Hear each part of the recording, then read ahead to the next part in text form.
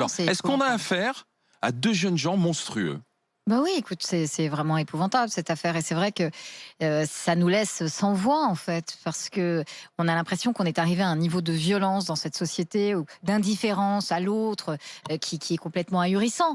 Et c'est vrai que si tu veux, ce qui est très déstabilisant, c'est qu'au fond, si tu veux, dans ces affaires, généralement, quand ça commence par un harcèlement scolaire, puisque ça commence comme ça, généralement, c'est les victimes à qui on dit de partir là. La proviseure a été irréprochable. Elle a effectivement Hmm. identifié les bourreaux, mis en accusation les bourreaux. Mais tu vois, pour autant, là, on pensait que quelque part, c'était réglé au sein de l'institution scolaire.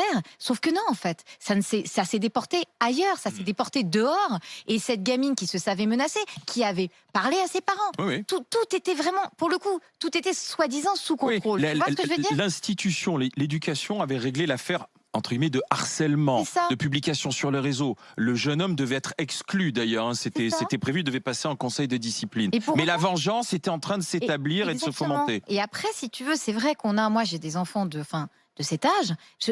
Comment des gamins, pardon, hein, de cet âge-là, se projettent là-dedans, dans un truc aussi mortifère, pensent à éliminer cette gamine, Oui. se venger, n'ont aucune empathie, aucun regret, aucun remords. Bah, c'est vrai qu'on a l'impression qu'ils sont comme coupés du réel, quoi. Enfin, je veux dire, cette exactement ça. société, elle est quand même, elle est fracassée, cette société. C'est pas possible. Et